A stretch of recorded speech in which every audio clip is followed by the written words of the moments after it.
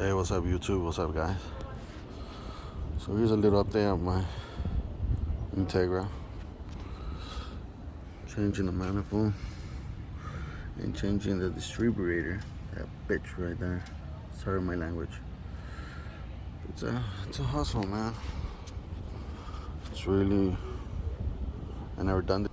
It's my first time, and it's really, I feel it complicated. So let me show you the intake. My headers, coilovers. You can't really tell.